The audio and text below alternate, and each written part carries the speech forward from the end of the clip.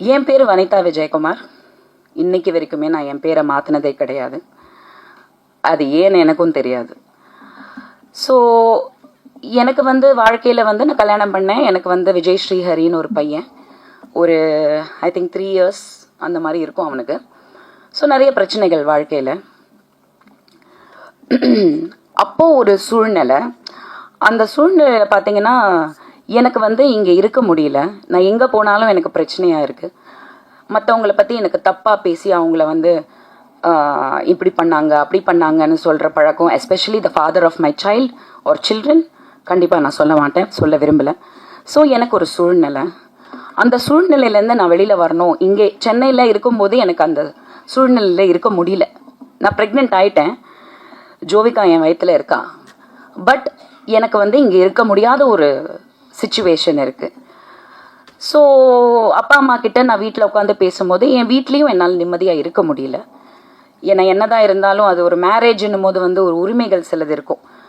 மாமனார் மாமியார் வீடு அப்படின்னும் போது யார் வேணால் மருமக வருவாங்க, அந்த மாதிரி இருக்கும் இல்லையா, அந்த மாதிரி ஒரு சூழ்நிலை. ஸோ அப்போது எங்கள் அம்மா திடீர்னு சொன்னாங்க, நீ அமெரிக்காவுக்கு போயிடலாம் வா அப்படின்னாங்க.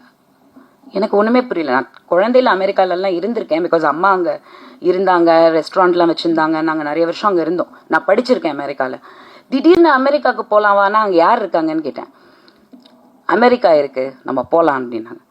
அப்படின்னு ஸோ அப்படி ஒரு சுச்சுவேஷனில் எங்கள் அப்பா நான் நிம்மதியாக அந்த குழந்தைய பெற்று எடுக்கணும் அப்படின்றதுக்காக, உடல் ரீதியாக நான் சுகமாக இருக்கணும், எனக்கு எந்த ஒரு காயங்களும் மனசு இதுவும் குழந்தை வயிற்றில் இருக்கும் போது இருக்கக்கூடாதுன்றதுக்காக அப்பா எனக்கு சப்போர்ட் பண்ணி, நான் என் பையன் ஸ்ரீஹரி அண்ட் வயிற்றில் என் குழந்தை 4 மாதம் குழந்தை, 3 பேரும் ஃப்ளைட் எடுத்து அமெரிக்காவுக்கு போயிட்டோம்.